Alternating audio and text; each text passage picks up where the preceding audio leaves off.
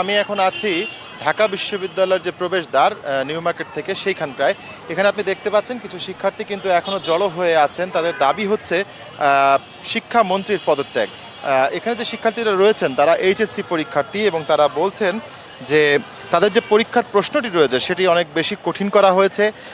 এছাড়াও সবচেয়ে বড় যে অভিযোগ তারা করছেন সেটি হচ্ছে যে বৈরী আবহাওয়ার মধ্যে সারা দেশে যেভাবে পরীক্ষা চলছে তাতে শিক্ষার্থীদের পরীক্ষার যে নম্বর পাওয়ার ক্ষেত্রে যে একটি চাহিদা থাকে সেটি পূরণ করা সম্ভব হবে না, কারণ এই বৈরী আবহাওয়ার মধ্যে পানি ঠেলে তারা যে হলগুলোতে প্রবেশ করছেন এবং যাচ্ছেন সেখানে গিয়ে ভেজা অবস্থায় বসে তাদেরকে 3 ঘন্টা পরীক্ষা দিতে হচ্ছে। এসব কিছু কিন্তু তাদের কাছে ভালো লাগছে না এবং তাদের নানা রকমের সমস্যা হচ্ছে। অনেকে জ্বরে আক্রান্ত হচ্ছেন, সর্দিতে আক্রান্ত হচ্ছেন, এই ধরনের অভিযোগ কিন্তু তারা করছেন এবং সেই অভিযোগের প্রেক্ষিতে আসলে তারা বলছেন যে শিক্ষামন্ত্রী আসলে পদত্যাগ করা উচিত, কারণ তিনি শিক্ষার্থীদের জন্য যে বিষয়গুলো রয়েছে সেগুলো সঠিকভাবে নিশ্চিত করতে পারছেন না। তিনি বলছেন, শিক্ষার্থীরা যেটি আরও বলছে যে শিক্ষামন্ত্রী বলেছেন এই যে শিক্ষার্থী যারা রয়েছে তারা আসলে পরিবেশের সাথে খাপ খাইয়ে নেওয়ার উপযুক্ত না।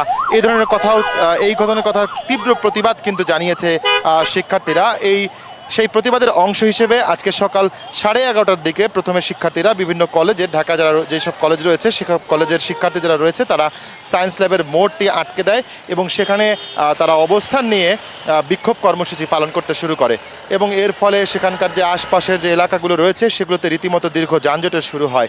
এক পর্যায়ে তারা সেখান থেকে পুলিশের কথা মতো সরে যায় এবং সেখান থেকে শিক্ষা ভবন অভিমুখে তারা তাদের যাত্রা শুরু করে এবং সেখানে আপনি জানেন যে ঢাকা বিশ্ববিদ্যালয়ের মধ্য থেকে তারা সেই শিক্ষা ভবনের দিকে যখন যাওয়া শুরু করে তখন ঢাকা বিশ্ববিদ্যালয়ে প্রধানমন্ত্রীর একটি অনুষ্ঠান চলছিল, স্টার্ট আপ বিষয়ক একটি অনুষ্ঠান চলছিল সেই মহসিন হল এবং সূর্য সেন হলের সামনে যে মাঠটি রয়েছে সেখানে, এবং তারা সেখানে এসে জড়ো হয় এবং এখানে এসে বিক্ষোভ করতে থাকে, বিভিন্ন রকম স্লোগান দিতে থাকে এবং তারা বলে যে তাদের যে সমস্যাগুলো রয়েছে সেগুলো তারা সরাসরি প্রধানমন্ত্রীকে জানাবে।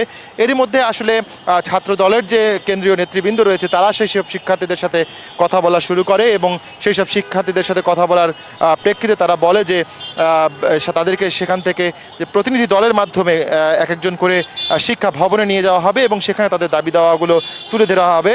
তো সেই আশ্বাসের প্রেক্ষিতে আসলে তারা সেখান থেকে অর্থাৎ ঢাকা বিশ্ববিদ্যালয়ের যে চত্বরটি রয়েছে সেখান থেকে সরে যায়। এখন আপনি দেখতে পাচ্ছেন যে এই গোল চত্বরটি যেটি রয়েছিল সেটি কিন্তু যানজটে ছিল, এখন এটি অনেকটাই যানজট মুক্ত হয়েছে, যান চলাচল স্বাভাবিক হয়েছে। শিক্ষার্থীরা ওইখান থেকে সরে গিয়ে ঢাকা কলেজ যেটি রয়েছে সেটির সামনে অবস্থান গ্রহণ করছে। তো তোহা, এই ছিল আমার কাছে এখান থেকে সব শেষ তথ্য।